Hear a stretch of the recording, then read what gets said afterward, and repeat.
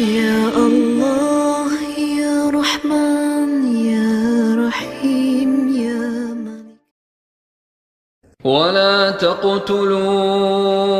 أولادكم خشية إملاق نحن نرزقهم وإياكم إن قتلهم كان خطأ كبيرا ولا تقربوا الزنا إنه كان فاحشة وساء سبيلا ولا تقتلوا النفس التي حرم الله إلا بالحق ومن قتل مظلوما فقد جعلنا لوليه سلطانا فلا يسرف في القتل إنه كان منصورا ولا تقربوا مال اليتيم إلا بالتي هي أحسن حتى يبلغ أشده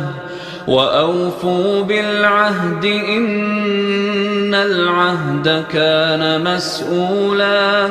وأوفوا الكيل إذا كلتم وزنوا بالقسطاس المستقيم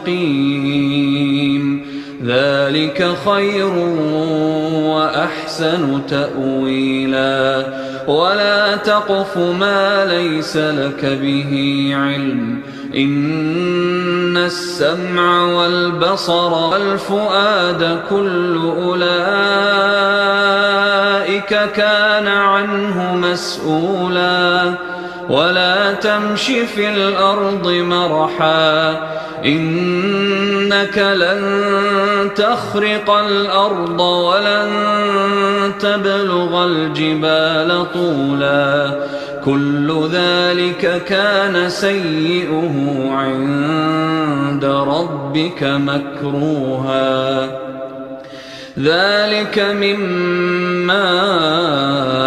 أوحى إليك ربك من الحكمة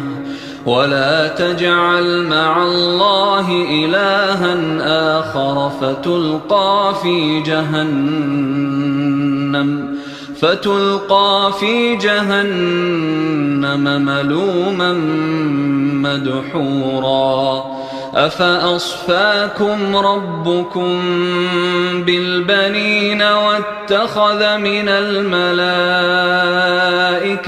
إناثا إنكم لتقولون قولا عظيما ولقد صرفنا في هذا القرآن ليذكروا وما يزيدهم إلا نفورا قل لو كان معه آلهة كما يقولون إذا لابتغوا إلى ذي العرش سبيلا سبحانه وتعالى عما يقولون علوا كبيرا تسبح له السماوات السبع والأرض ومن فيهن وإن من شيء إلا يسبح بحمده ولكن لا تفقهون تسبيحهم إنه كان حليما غفورا.